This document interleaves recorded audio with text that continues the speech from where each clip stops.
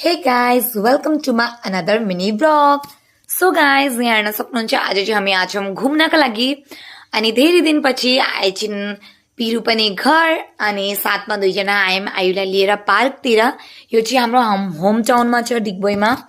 So guys यहाँ हेर्नु हाम्रो पार्क चाहिँ धेरै नै सुन्दर छ, लेकिन यहाँ आज हाम्रो पार्कमा एकदम मतलब एक्सर्साइज हुँदैछ किनकि आयुलाई लिएर फुल टाइम हामी दुईजनाले मतलब चेन्ज गरी गरी आयुलाई लिएछौँ किनकि आयुलाई छोड्नको लागि यहाँ सेफ फिल गरिनँ मैले किनकि पानी थियो, अप एन्ड डाउन थियो, कतिबाट पनि आयु गिर्न सक्थिन्।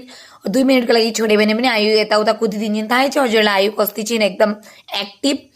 सो यहाँ हेर्नु यसलाई लिएर म कसरी कुदिरहेको छु अनि यता पेरुले चाहिँ मेरो पुरा भिडियो बनाइदिन्छन्।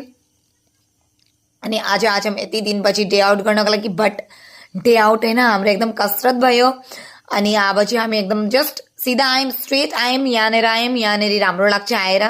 और यो चाहिँ हाम्रो डिगबोईको पार्क बहुत ज्यादा सुन्दर छ, खुबसुरत छ। यहाँबाट पुरा हाम्रो डिगबोई रिफाइनरीको भ्यू पनि आउँछ गाइस। म चाहिँ हजुरलाई नेक्स्ट टाइम कहिले आए भने राम्रोसित देखाउँछु।